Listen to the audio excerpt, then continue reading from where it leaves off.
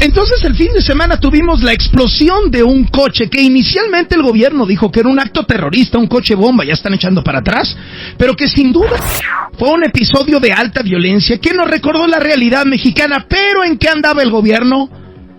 No me lo distraigan,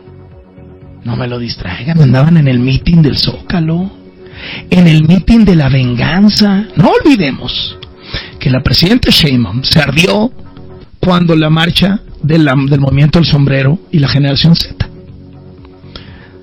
La propia gente que evalúa muy bien a la presidenta Sheinbaum, las mismas encuestas que le dan 70-75% de popularidad, esas mismas encuestas dicen que la mayoría de la gente consideró que Sheinbaum manejó mal el tema del asesinato de Carlos Manzo, del movimiento del sombrero en Uruapan, y manejó mal la marcha de la generación Z por la represión policíaca.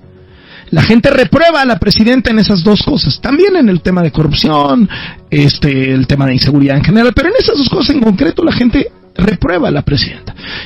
No la reprueba del todo, la reprueba en eso, ¿no? Dice, no, la aprueba en 70% en general, pero en eso la reprueba. La presidenta quedó muy políticamente ardida, pues, ¿no? Dolida por estas dos manifestaciones, unas que hubo en todo el país, otras que hubo en el Zócalo, la de Michoacán, que miles de personas en distintas plazas. Y entonces, en ese contexto de ardor político, decide que va a hacer un mitin en el Zócalo para conmemorar. ¿Qué conmemoramos? No, pues a ver, pues que hace 7 años López Obrador tomó posición como presidente. Ah, bueno, pues órale. Y ahí viene la carreadera de Morena, ¿no? La movilización, los aplausos, vuelve Adán Augusto, porque pues él operó la salida de Gertz Manero, vuelve Andy López Beltrán, pues porque ya sin Gertz Manero esos expedientes quedaron diluidos. Y la presidenta dice que fueron casi 600,000 personas. Ay, por favor. O sea, es muy curioso. Cuando llena la plaza la oposición son 30,000 personas. Cuando la llena el gobierno son 600,000 personas, las cifras oficiales.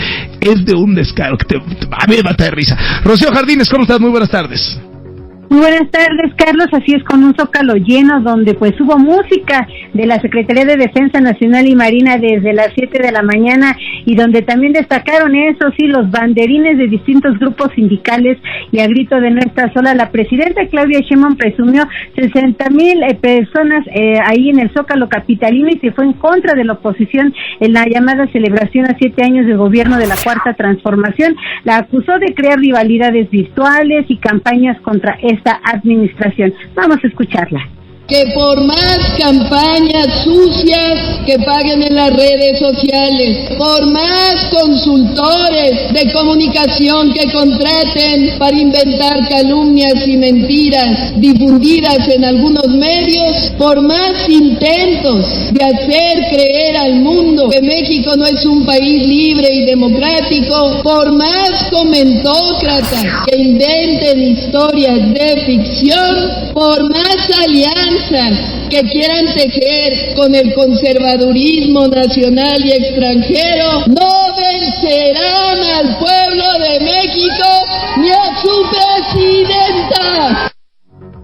Y bueno, se vio llegar, Carlos, a gobernadoras, gobernadores, legisladores de Morena, partidos afines, que dijeron incluso pues llegaron a pie. En esta fiesta les levantó el castigo para saludar y tomar selfies con personajes como la líder de Morena y el secretario de organización del partido, Luisa María Alcalde, y Andrés Manuel López Beltrán, y que faltara los coordinadores del Congreso, Adán Augusto López y Ricardo Monreal. La presidenta presumió sus cifras económicas, Carlos, en seguridad y más. A pesar de las manifestaciones de los jóvenes, enfatizó, en el Zócalo estaba la mayoría que apoyan este movimiento. También presumió una buena relación con Estados Unidos, y aunque además de camiones se vio el reparto de comida, esta mañana la presidenta Claudia Sheinbaum en la conferencia matutina agradeció a quienes fueron a esta concentración, insistió que hubo muchos jóvenes, pero a pesar de los camiones estacionados hasta en tercera fila, Carlos, en calles aledañas, negó que se hubiera dado un acarreo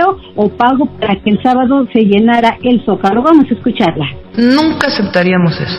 Siempre hemos estado en contra de cualquier dádiva a cambio de participar en un evento. Eso no debe ocurrir.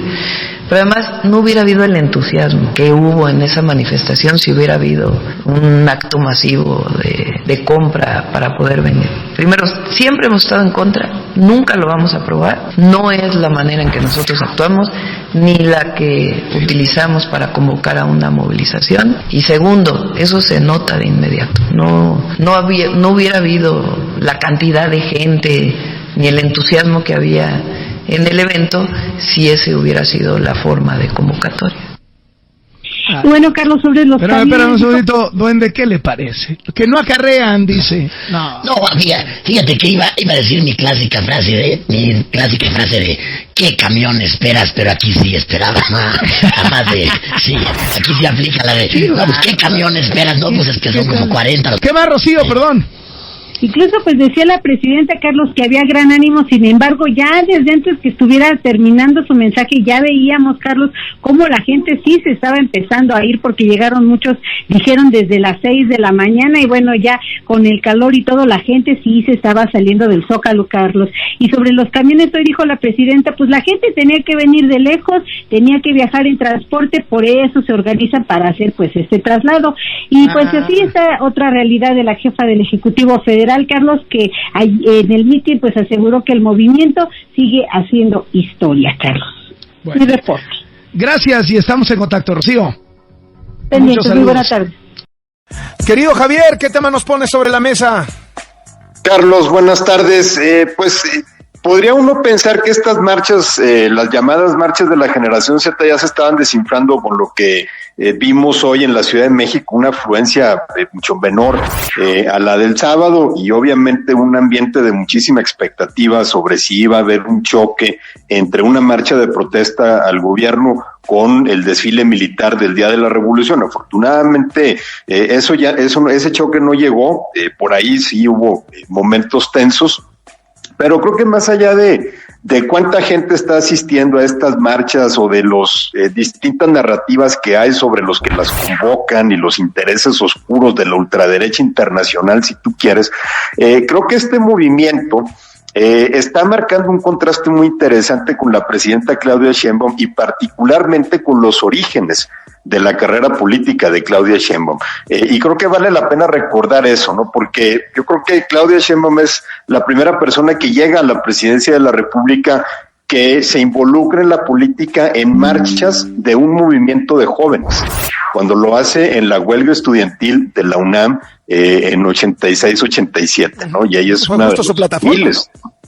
Exactamente, y es una de miles de personas que salen a la calle en aquellos años, que toman las calles, que marchan por Paseo de la Reforma, que llegan al Zócalo, que están protestando una situación muy particular que ocurría en la Universidad Nacional, pero que de todas formas le despierta a toda una generación de la UNAM un activismo político, ¿no? Un activismo político que no se veía desde 20 años antes, cuando el movimiento estudiantil del 68. Sheinbaum, que se describe ella a sí misma como una hija del 68, esa frase se la hemos escuchado en varias ocasiones, y por eso entonces resulta muy contrastante que frente a una manifestación de jóvenes que de alguna manera están motivados por las mismas causas que la motivaron a ella a salir a las calles cuando tenía 22 o 23 años, por allá del 86-87, ahora no reconozca esos síntomas, ¿no? Y ahora las descalifique, sobre todo con una facilidad que ya te podrás imaginar como si hubiera puesto Claudia Sheinbaum, si por